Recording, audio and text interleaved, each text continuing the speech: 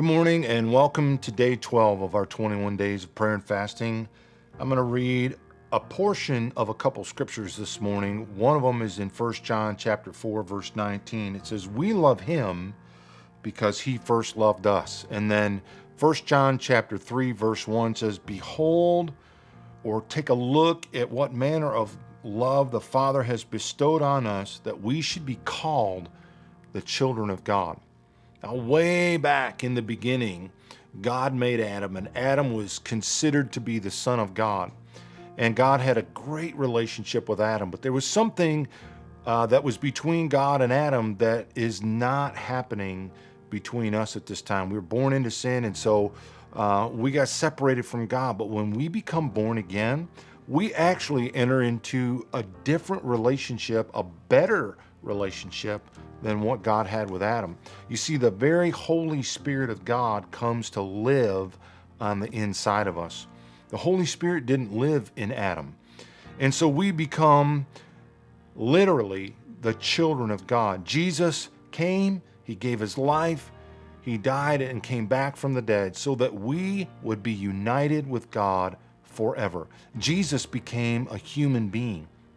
And when we become born again, as human beings, we are now God's children, and God lives in us. He literally lives inside our body.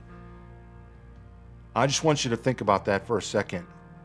What an amazing, amazing idea that God himself would live in you.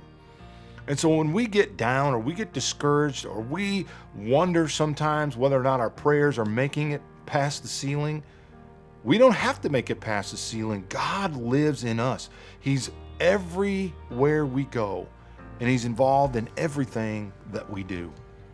So I want us to just take a minute today, while we're doing this time of prayer and fasting and seeking God, just reflect on the fact that God lives in you and what that means to you today, because it means something to all of us today. It means that wherever we are, whatever's going on in my life, I have a counselor, a strengthener, a helper, a teacher, an advocate, a standby. I have that person of the Holy Spirit available to me 24/7 whenever I need him. And he's empowering me and helping me to live the way God called me to live. And I want to remind you that tomorrow morning we will be at church, at Woodland Church, 9 a.m. We're going to be doing a time of prayer with the entire church. Everyone's invited. We have a prayer focus of this entire month of an awakening to God in this whole area. We want to see people just the blinders being removed off of their eyes and then come to an understanding and knowledge of God. And I want you to join us for that, because it has been a time that we have been able to come together and just really enjoy God's presence and focus on some of the needs that are going on in our nation and in our community and in our church. And we'd love to see you there. We'll see you tomorrow, and have a blessed day.